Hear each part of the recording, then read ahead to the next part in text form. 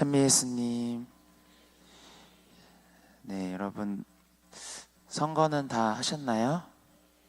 네, 그래도 선거 날 공휴일인데, 다들 놀러 갈 줄 알았는데, 이렇게 선거하고 또 미사에 오는 이 모습을 보니 정말 뿌듯하네요. 제가 이렇게 뿌듯한데, 하느님이 보실 땐 얼마나 더 이렇게 예쁘겠어요. 그리고 또 보니까 오늘 생일인 친구가 이렇게 두 명이 있는데, 두 명 다 이렇게 미사에 나왔어요. 아마 내가 이렇게 세상에 태어난 감사함을 하느님께 감사한 마음을 드리는 것 나올 건가요? 아니면 엄마가 나가자 해서 나온 걸까요? 뭐 후자이겠지만 그래도 하느님께서 보시기에 더 얼마나 좋을까 싶습니다. 그리고 또 고해서에서 나오는데 또 제 눈에 이 목사 두 명이 미사에 참석한 게 보였어요. 오늘 오전 10시 미사인 목사가 또 없는데 또 이렇게 흔쾌히 목사를 또 서겠다고, 뭐 제가 시킨 것도 있겠지만 또 서겠다고 또 애들이 흔쾌히 했죠. 그 친구들한테 물었어요. 밑에서 미사 드리는 것보다 복사하면서 미사하는 게 시간 더 빨리 가지? 하니까 맞다고. 밑에 있으면 지루하지만 또 제대 위해서 온전히 참여하기에 또 우리는 이렇게 나아갑니다. 오늘 이렇게 복음을 보면서 방금 이 구절이 이제 눈에 들어옵니다. 빛이 이 세상에 왔지만 사람들은 빛보다 어둠을 더 사랑하였다. 우리 미사에 참여한 우리 형제님들, 자매님들 보면 옷이 어두워요. 우리 미사 올 때 밝게 빛의 자녀처럼 와야 되는데 그렇게 밝게 오신 분들도 있지만 어두침침하게 어둠의 자식들처럼 온 것 같은데 우리 주님의 제대 앞에 올 때 가장 이쁘고 멋지고 아름다운 또 옷으로 입고 나오셔요. 알겠죠? 네. 오늘 복음을 보면 심판에 대한 이야기가 나옵니다. 그래서 우리는 항상 하느님을 오해하죠. 우리를 심판하고 무섭고 두렵게 하는 분으로. 하지만 그런 분이 아니라는 겁니다. 우리나라의 속담에 이런 말이 있어요. 도둑이 제발 저린다.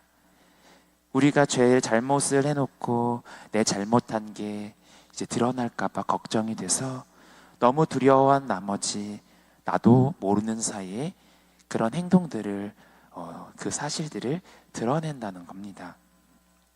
아마도 하느님의 뜻을 거스르는 죄를 지었으니 누군가 그것을 보지 못하더라도 그 사실을 비난하거나 단죄하지 않아도 내 마음 한쪽에서 계속 걸리고 그렇게 양심에 찔리다 보니 우리가 두 벌을 쭉 뻗고 편하게 잠을 잘 수가 없어서 다리가 저리게 되는 그 말이죠. 하지만 하느님과의 관계 안에서 자기가 지은 죄의 무게에 짓눌려 다리 저는 일이 없게 해야 합니다. 하느님은 나에 대한 모든 것을 다 알고 계시기 때문이죠. 내가 언제 어디서 무엇을 하든 어떤 마음을 가지고 있든 하느님은 항상 지켜보고 계신다는 겁니다.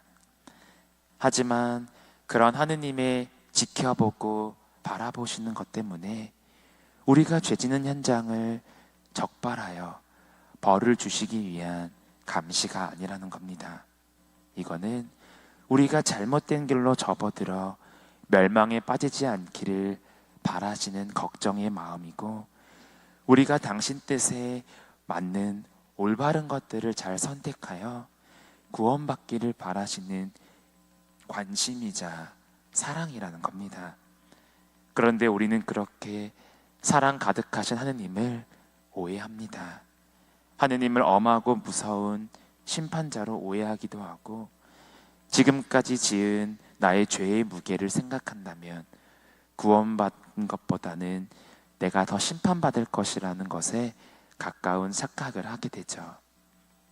그러나 하느님의 사랑은 심판보다는 구원에 초점에 맞춰져 있습니다. 혹여 심판이라는 슬픈 결과가 생기더라도 그 심판은 하느님께서 우리에게 강제적으로 일방적으로 부과하시는 벌칙이 아니라 내가 하느님의 뜻을 오해하고 쓸데없는 두려움에 빠져 그분을 내 자리에서 미래는 결과로 생기는 일들입니다. 그렇기에 내가 느끼기에 힘들고 어려운 일, 슬프고 괴로운 일이 발생하는 것은 심판이 아니라는 겁니다. 하느님께서 비추어 주시는 진리의 그 빛 아래 살지 못하는 것이, 그분과 사랑의 관계를 맺지 못하고 그분께서 주시는 은총과 그 복을 배척하여 누리지 못하게 되는 것이 심판이라는 겁니다. 그렇게 된 이유는 바로 하느님의 그 사랑과 자비를 내 삶 안에서 믿지 못하게 되기 때문입니다. 내가 죄를 지었음이 드러나면 하느님께서 나를 벌하실까 두려워 그런 일들이 계속해서 우리는 반복적으로 발생하는 겁니다. 하지만 우리도 알다시피 빛에 가까워질수록 그림자가 짙어지듯이 하느님 가까이 있을수록 그분께서 비추시는 그 진리의 빛에 가까울수록 나의 잘못과 허물이 더 분명하게 드러나는 겁니다.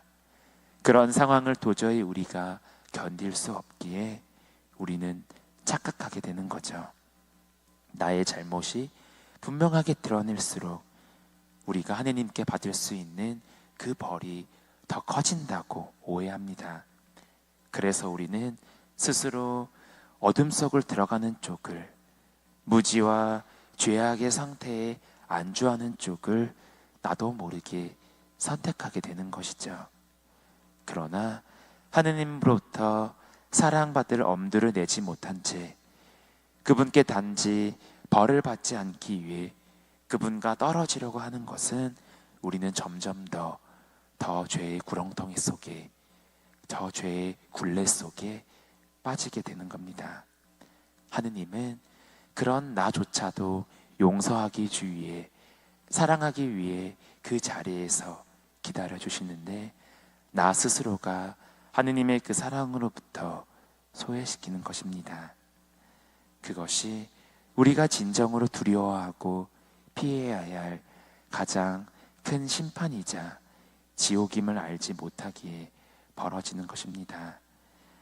형제 자매 여러분, 그렇게 우리는 하느님의 사랑과 자비를 믿어야 합니다.